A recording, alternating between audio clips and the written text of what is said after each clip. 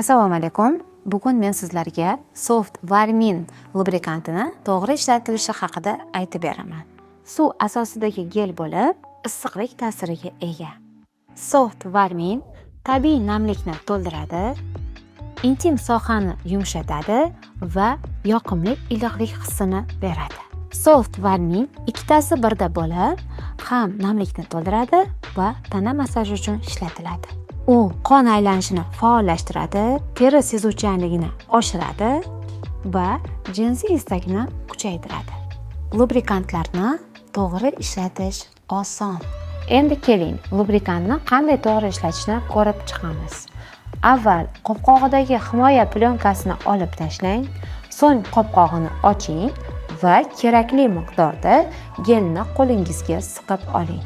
Lubrikantni ayolning tashqi jinsiy a'zolariga, ayniqsa qin kirish qismiga muloyimlik bilan surting. Shuningdek, gelni erkakning jinsiy a'zosiga ham surting va teng taqsimlang. Endi siz yaqinlikda noqulayliklarsiz zavqlanishingiz mumkin. Agar sizda aloqa davomida quruqlik sezilsa, lubrikant miqdorini biroz qo'shing. Tabiiy namlik yetarli darajada bo'lmasa, ishqalanish kuchayadi, qinda achishish, qichishish, og'riq va mayda yoriqlar paydo bo'ladi. Lubrikantlar esa ushbu muammoni bartaraf etadi. Soft Varmin tanada iliqlik hissini uyg'otadi. Bu issiqlik qon aylanishini faollashtiradi va tana sezuvchanligini oshiradi.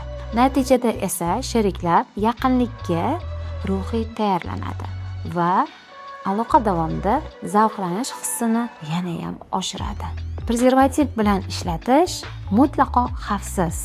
Agar sizda tarkibiy moddalarga allergik reaksiyalar kuzatilsa, unda geldan foydalanmang. Eslatma, ushbu gel vositasi kontratsepsiya uchun mo'ljallanmagan. Soft lubrikantlarni intim hayotingizga qo'shing, ular yaqinlikni yanada issiqroq va yoqimli qiladi.